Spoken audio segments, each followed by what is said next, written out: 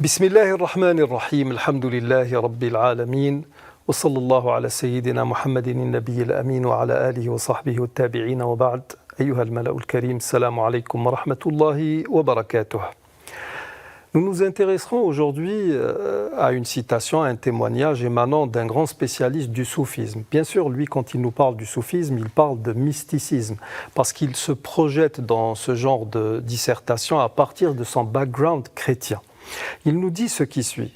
Pour ce qui est du mysticisme, dans son aspect psychologique et scientifique, l'Occident a toujours besoin d'apprendre beaucoup de choses de l'islam. Mais combien de choses l'Occident a-t-il pu apprendre effectivement ?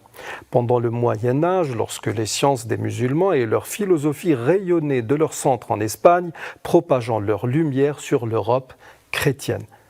Remarquez qu'il insiste beaucoup sur l'appartenance religieuse de chacun des deux camps, on va les appeler comme ça. C'est ce que nous devons découvrir dans le détail. Le taux puisé doit être sans doute très très important, car il serait bizarre que cette influence n'ait pu parvenir à des gens comme Thomas d'Aquin, Eckhart ou Dante. Il nous cite trois personnalités. La première, hautement religieuse, la seconde beaucoup plus philosophique, est Dante, que tout le monde connaît à travers sa fameuse Divina Commedia, la comédie divine, qui est un homme de lettres, on va dire, un écrivain, un auteur, etc.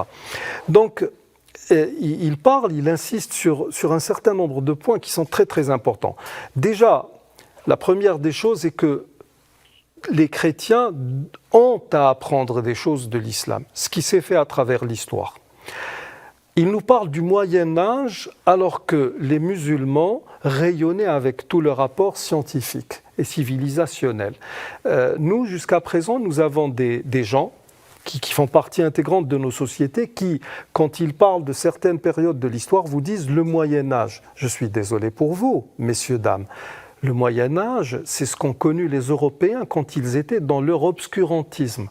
Nous, les musulmans, nous n'avons pas connu de Moyen-Âge ou de ce que nous appelons en langue arabe « usur al-dalam ». Non, nous avons connu une histoire qui est aussi rayonnante que pourrait l'être toute bonne histoire, entre guillemets, parce que la nôtre, malheureusement, beaucoup voudraient la faire passer sous ses aspects les plus sombres.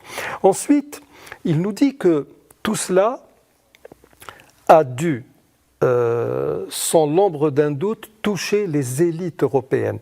Et ceci est on ne peut plus vrai, parce que quand vous citez saint Thomas d'Aquin, ou Thomas d'Aquin, c'est un grand théologien chrétien qui s'est inspiré ou qui s'est beaucoup inspiré de Farabi, d'Ibn Sina, surtout quand il dissertait sur les preuves menant à l'existence de Dieu.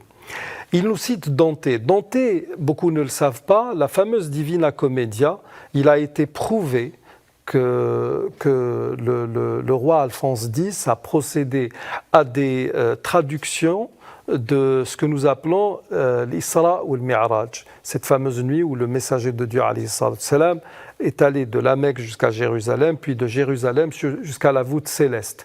Et l'écrit s'intitule L'échelle de Mahomet.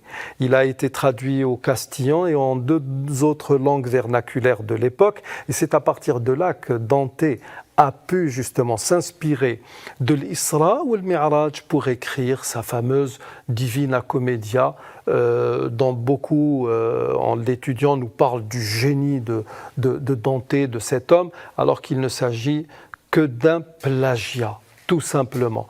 Et donc l'islam, avec tout ce dont il a été porteur en Europe, a sans doute touché le maximum de personnes faisant partie de cette élite européenne judéo-chrétienne qui était celle de l'époque. Et ça, comme le dit si bien Reinhold Alleyne Nicholson, nous devons découvrir dans le détail tout ce qui a pu être fait à ce titre. Et les musulmans sont beaucoup plus dans le devoir de faire ce travail de mémoire. Nous arrivons au terme de ce rendez-vous. Je vous remercie d'y avoir prêté attention. Assalamu alaikum wa rahmatullahi wa barakatuh.